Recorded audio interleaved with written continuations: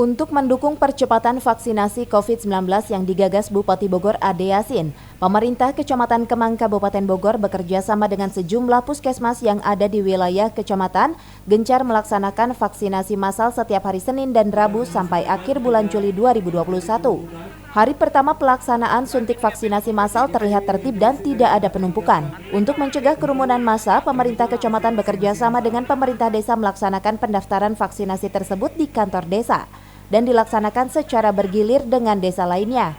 Menurut salah satu warga, setelah mendapat suntik vaksin COVID-19 yang pertama kali, dirinya mengaku tidak merasakan sakit apa-apa. Warga sangat mendukung program percepatan vaksinasi yang digagas Bupati Bogor untuk mencegah penyebaran COVID-19. Alhamdulillah hari ini saya sudah divaksin untuk yang kedua kali dan alhamdulillah tidak ada keluhan apa-apa.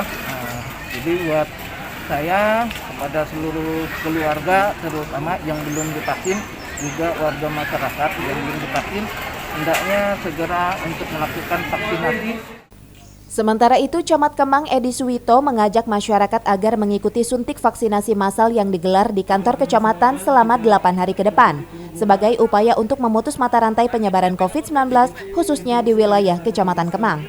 Melaksanakan kegiatan vaksin massal sebagaimana yang diinstruksikan oleh Bupati Bogor untuk percepatan vaksinasi warga bagi masyarakat Kabupaten Bogor, dan kita hari ini mengundang seluruh masyarakat di wilayah Kecamatan Kemang yang akan melaksanakan vaksin dipusatkan di Kecamatan Kemang dengan melibatkan tenaga kesehatan dari 2 puskesmas yang ada di Kecamatan Kemang.